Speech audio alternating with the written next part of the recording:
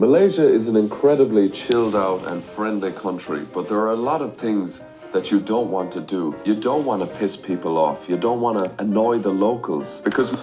Where in the world do you want to piss people off, Con? Come on now. Malaysia is one of the best places to live in the world right now, but only if you don't act like a fool. Most of the problems foreigners have in... It's also a great place to live if you like to be really bored all the time and live a straight edge life and, I don't know, not do anything with your day except work out and walk around. Malaysia are totally self-inflicted. So here's 7 of the things you never do in Malaysia. Okay, the number 1 rule, and this is a great rule pretty much for anywhere you want to go, is never talk politics. There's an old saying, don't talk about race, religion, and politics. Wow, that's a great place to live and start out there, Con. Don't talk politics. So if you're American, get over it. No freedom of speech in Malaysia, guys. You want to talk bad about the government? You're in trouble. Such a free place and welcoming place to be. You're not allowed to talk politics to anyone because these topics are just too emotionally charged. So avoid politics at all costs. Malaysia is totally multicultural, so you're gonna meet people with all different beliefs, all different opinions. Now look, this is easy for me. Multicultural and very old school, to put it lightly. Remember, they still have lashings and stonings there. A little medieval. I find politics really boring, but in Ireland and the West, it's kind of a talking point. We all talk about it, but... Yeah, because we have freedom and the freedom to change these politics. Hello, it's built into our DNA. The whole reason that America was founded was on a political idea. Come on now. In Malaysia, don't talk about it with strangers, grab drivers, anything like that. If you know the people well and they bring it up, you can probably talk about it, but don't go looking for politics talk. Everyone wants to talk about American politics there, so I don't know about that. Just don't talk about the Malaysian politics, right? You're gonna get in trouble. It's an off-limits, no-go zone right there. I would say, as we know, Malaysia's multi-ethnic, multi-religious, and there's a complicated political history. I won't even pretend to know. People have very strong opinions. It's not as open as it is in the West. At home, we tend to argue as if it's a sport. Remember, they still have a sultan, right? They also have a mafia that is at least 1,000 years old, okay? So who's really in charge here? It's not this government that they have a facade of, you know, this fake representation of the people. Malaysia's such a joke when it comes to politics. We like to debate, but locals here avoid it. It's very personal and because you get in trouble very fast. If in doubt, just talk about food. That's one thing everyone in Malaysia can agree. Wow, so exciting. Let's talk about food all the time. Talk about it. This leads me on to number 2. Don't be weird about Islam. Malaysia is 60% Muslim majority country, but when people hear that, they tend to run wild and say, oh, it's strict, it's like the Middle East and all that. And it couldn't be further from the truth. The truth is, there's... How about we revert back to point number 1? No politics. Why do you think that is? It's because it's strict. It's because it's old school. Because it's Muslim. There's no joke there. You don't have to be weird about Muslim, but you have to understand that these people don't F around. You know? Come on now, Con. Many religions, Hindu, Buddhist, Christian, Muslim, Catholic, Jehovah's Witness, they're all there. And really, no one bothers each other. Everyone gets on. Friend groups are mixed. It's not strict. It's not hostile. And what you'll find, Malaysians have a great sense of humor. They're very friendly, no matter what religion. There is sometimes a thing in my comments you'll see, oh, I'd love to visit Malaysia, but it's a Muslim country, so I can't. But for most of us, religion doesn't even come into play. No one cares really what you're doing. I have too much to be worrying about. Really? That's why everybody there wants to be your friend, huh? No, they're really nice at first, but they're kind of closed off people. They're not looking to make friends with you, hang out with you. Just keep that in mind.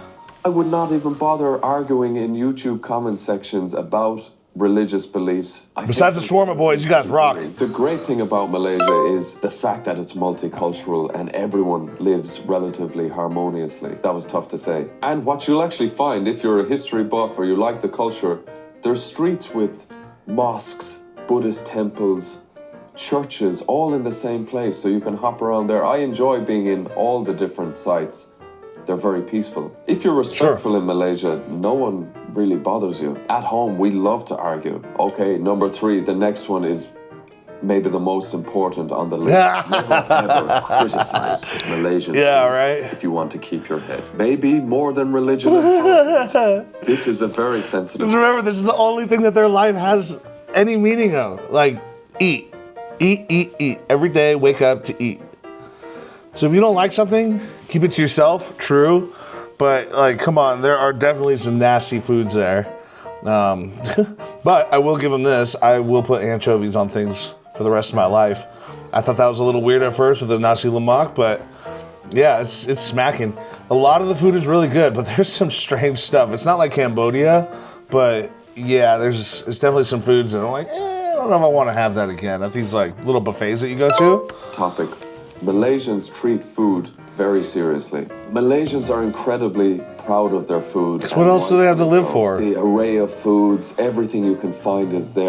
It's really one of the best food scenes on the planet. If someone invites you to eat or brings you to a local place and you say, oh, it's not really my thing, you've just made a mortal enemy forever.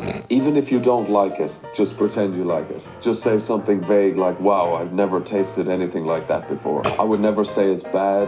I would never compare it negatively compared to another country. Now, while the food is delicious, there's one thing you have to be careful of. What's that? That's coming up. If you want to not be a fool like me and avoid all my mistakes in the past, check out the Move to Asia blueprint in the box below. It's a good blueprint. It's new, it's improved, it's the full course. Okay, it's not everything you need to know to move to Asia. This is important in Asia in general, but never ever be loud, rude, or entitled. Saving face is big in Asia. Confrontation is avoided. Like I said before, we love... Yeah, dude, going around with a camera and vlogging every day, people will give you some weird looks.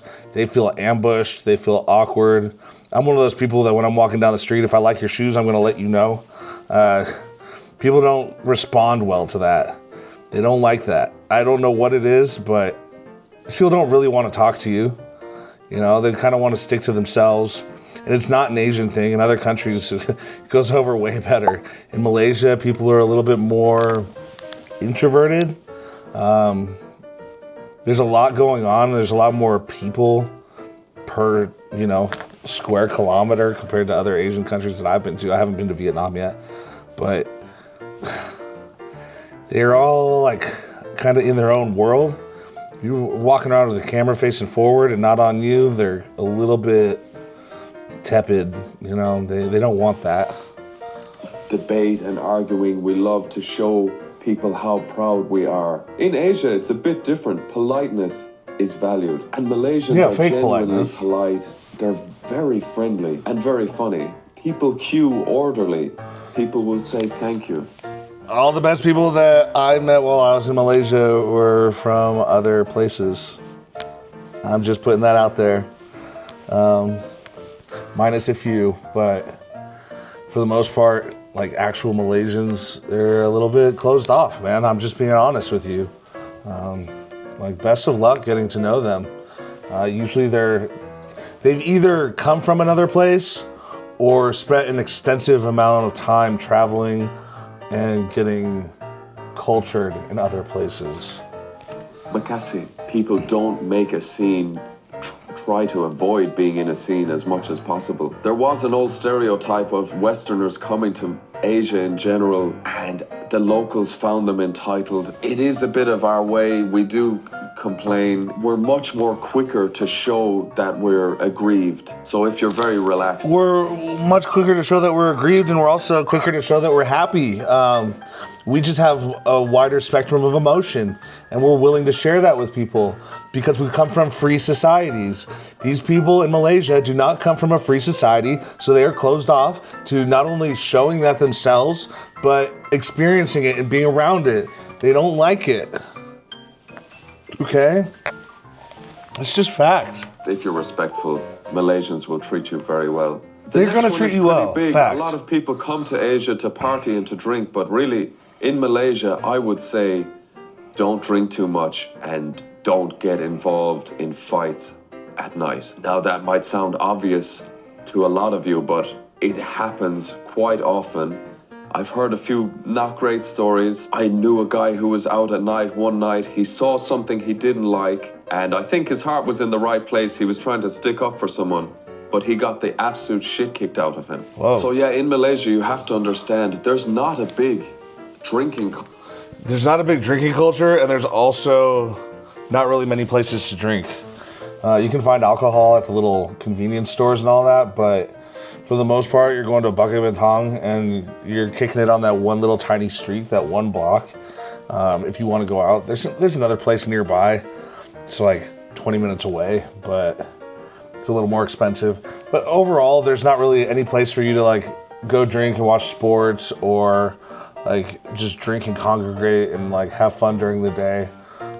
Drinking culture, it's not really there. It's all foreigners. And a bunch of people that are going to pester you into coming into their bar. It's very, very odd. Again, Muslim society, so alcohol is taxed out the wazoo. You're going to be discouraged to drink anyways. And again, that mafia that I spoke of, you spend too much time in Bukit Bintang, you're going to find out who they are.